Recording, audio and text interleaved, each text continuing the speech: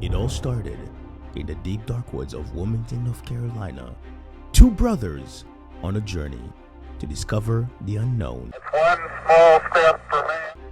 Whether from the skies above or from the seas below, we are here to discover the things they don't want us to see. We are the Amicy brothers. Welcome back to another episode of the Amicy Theory Podcast. Scotchman. What's going on, guys? My name's Alan. In the Alex. Welcome to the Amicy Theory channel. Guys, listen, if you're not part of the Amicy squad, click on that subscribe button below and join us to be part of the squad. Oh, God. So what we got? We need the What outfit, on bro. earth We need the outfit. happened to the Moors? That's not like that background with the map. The mysteries of life. We need the green screen back. Yeah. It was not a green screen. It was a regular room. Yeah, our room back. Why do we... Sorry. It's not a surprise to many that before different European groups basically conquered the entire planet, Europe was not always on top of the world, and in fact, for a period, was actually on the back foot against invasions. Let me just tell you something Is right that a now. head? The guy with the rope is dead. You better get spirited. But I don't know. Oh, that's the Genghis Khan tribe. Oh, okay. He was just out here holding heads. How much worse can it get? Jeez. Bro. From the east, such as with the Huns, Mongols, and Avars, and from the south, such as with the Turks, Arabs, and Iranians. The And Turks. At one point, it seemed like much of Christian Europe could fall to the ever-expanding Islamic conglomerate to the south, with the Balkans being... I can't wait to look at this map real quick.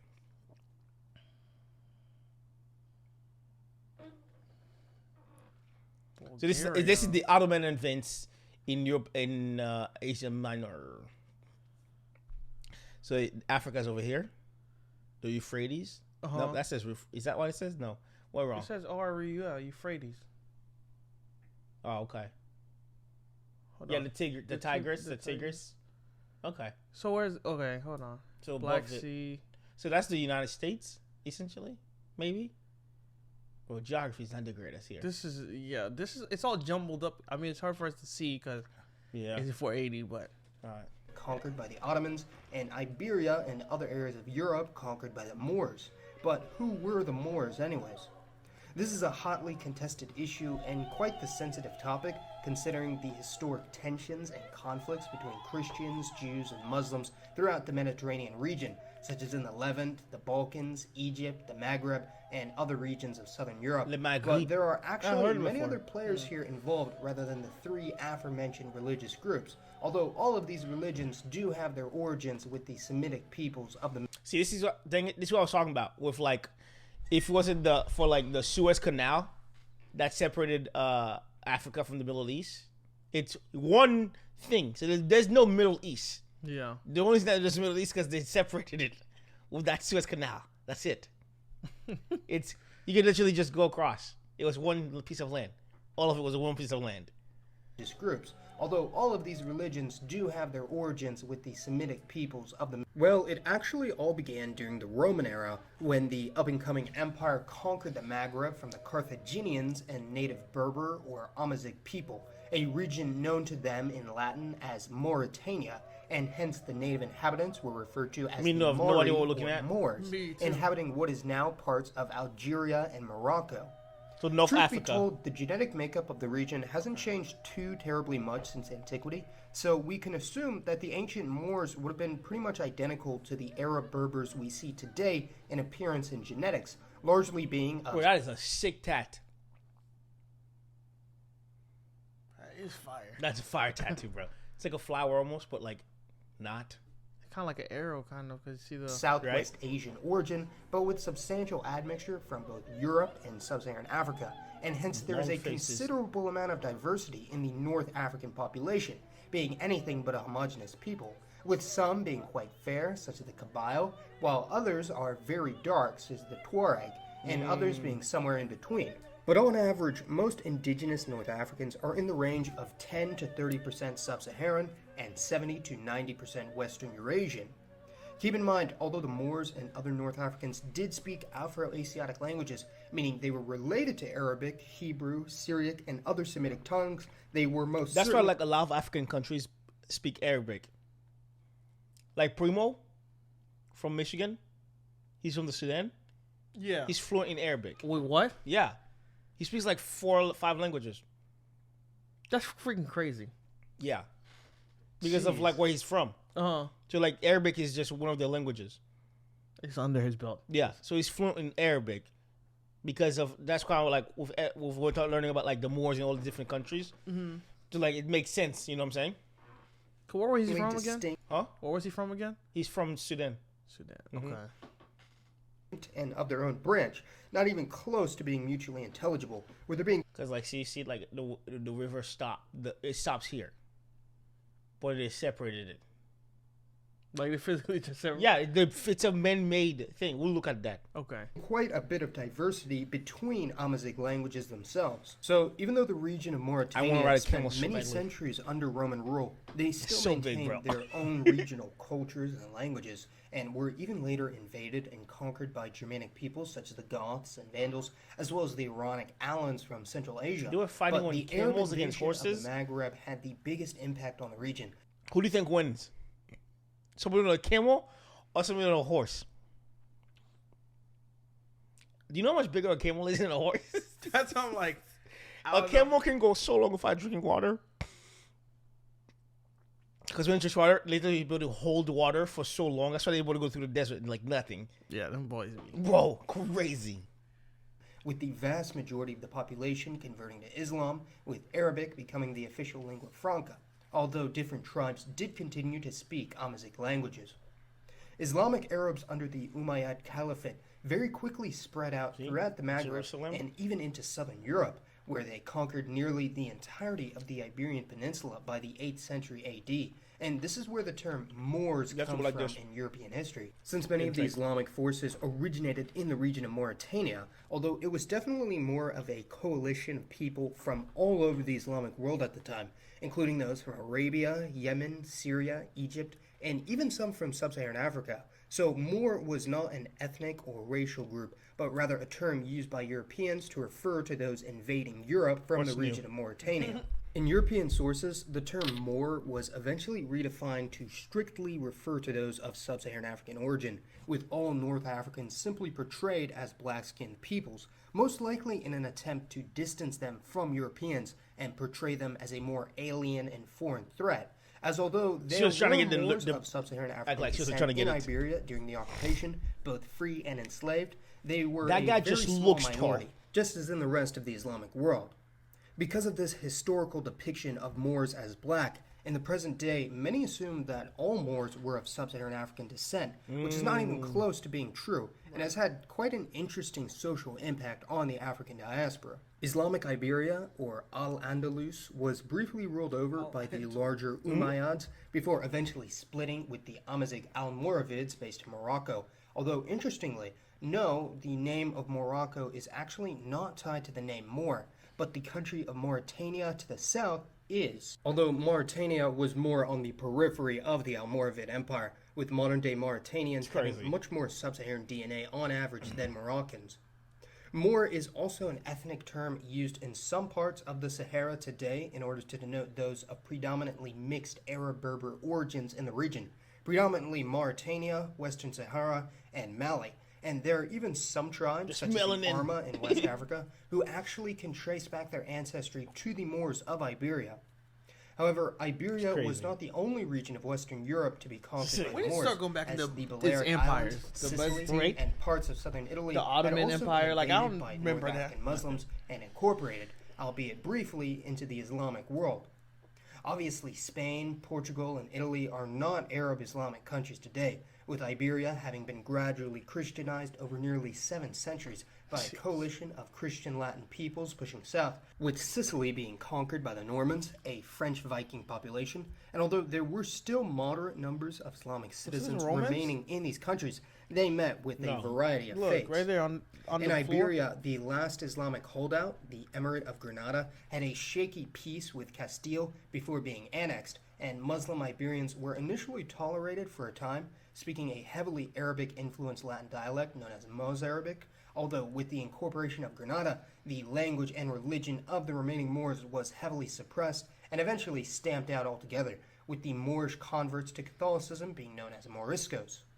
In most of Sicily, following the Norman invasion, Muslims were largely treated as equal citizens. However, upon incorporation with the rest of Italy, the remaining Sicilian Muslim population was expelled to a village in south-central mainland Italy known as Lucera, and eventually even this settlement of Arabic-speaking Muslims in Italy was destroyed, and its inhabitants were slaughtered or sold into slavery.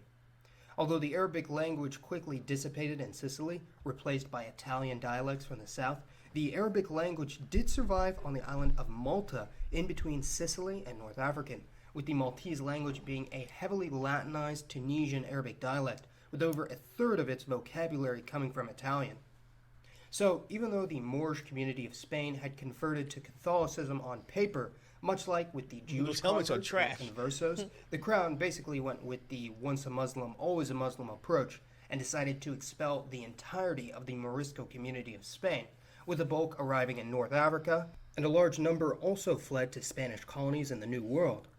The Sephardic Jews, having been accused of heresy and collaboration with the Muslims, were also largely expelled from Iberia, mainly to North Africa and the New World, other areas of Europe such as the Netherlands, or making their way to the Ottoman Empire, which is why there were previously large Sephardic communities in Greece and Turkey. Chilling.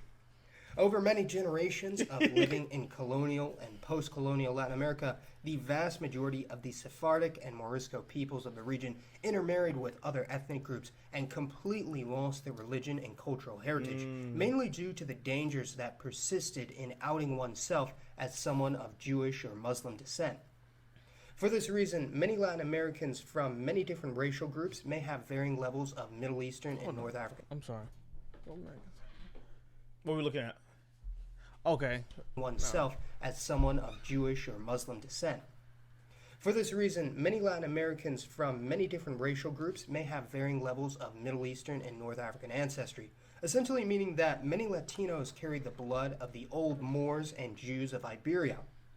The genetic impact in Iberia and southern Europe from occupation by the Moors was actually rather minimal, as I discussed in a much older video, with recent admixture rates from the Middle East and North Africa in the Spanish and Portuguese ranging from 2 to 10%, and in Sicily much of the same, while in Malta it may be up to 14% of the gene pool, although the bulk of their ancestry is still shared with the neighboring Sicilians. The historic conflation of the Moors with sub-Saharan Africans has led to a rather strange movement arising in the African diaspora, with many self-identifying as Islamic Moors and with Moorish history being pretty much exclusive to black Americans, which is fine, whatever, but it seems disingenuous to steal and erase the entire history of the actual Moors of North Africa and just acting like they never existed. Additionally, large numbers of Hispanic Americans, mostly from mixed-race communities, have been converting to Islam in large numbers, with the Islamic Hispanic American community now estimated to be over 100,000,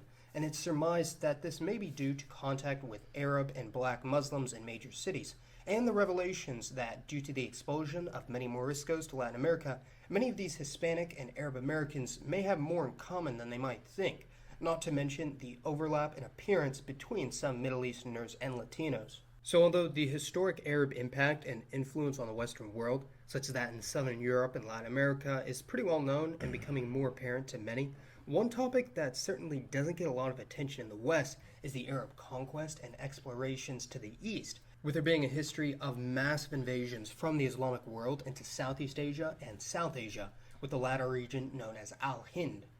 Although the Indian subcontinent was eventually conquered by the Turco-Persian peoples known as the Mughals, the Arabs still had a massive influence on their society, as they had for generations before Islam even existed, with there being an especially large Islamic community in southern India and Sri Lanka who have major ties to the Arabian Peninsula, although the Arab impact on their DNA is only small to moderate. In India, the Malayali-speaking Mappila and Tamil-speaking Labe have long claimed descent from Arab and other Middle Eastern traders, mostly from the Hadramaut region of Yemen, as do the Sri Lankan Sanakar, and upon discovery by the Portuguese, they were known as the Indian Moors and Sri Lankan Moors respectively, due to them having shared the same religion of the Iberian Moors, who they were already very familiar with.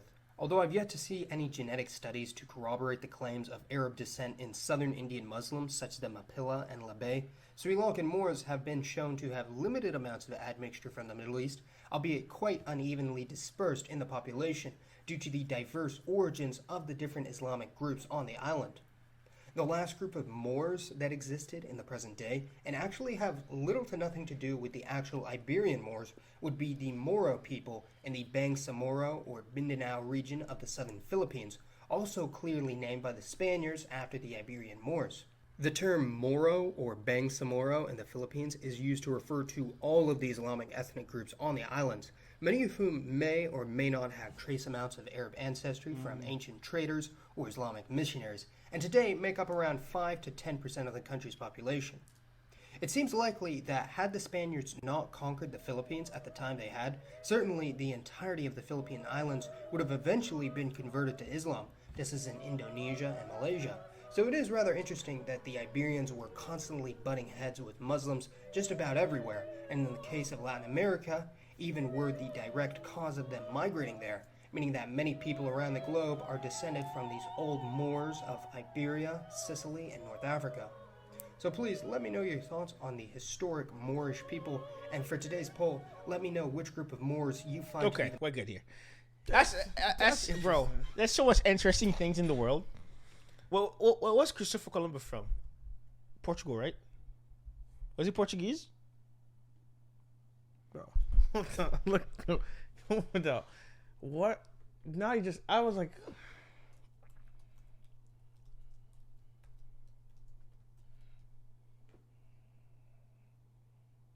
Italian. So Christopher Columbus was the Italian explorer. So he was sponsored by the... He comes to church again. The church is the cause of everything, bro. Bro, the Crusades. Look what happened to the Crusades. This is crazy, bro. Just dead people never over. Stops.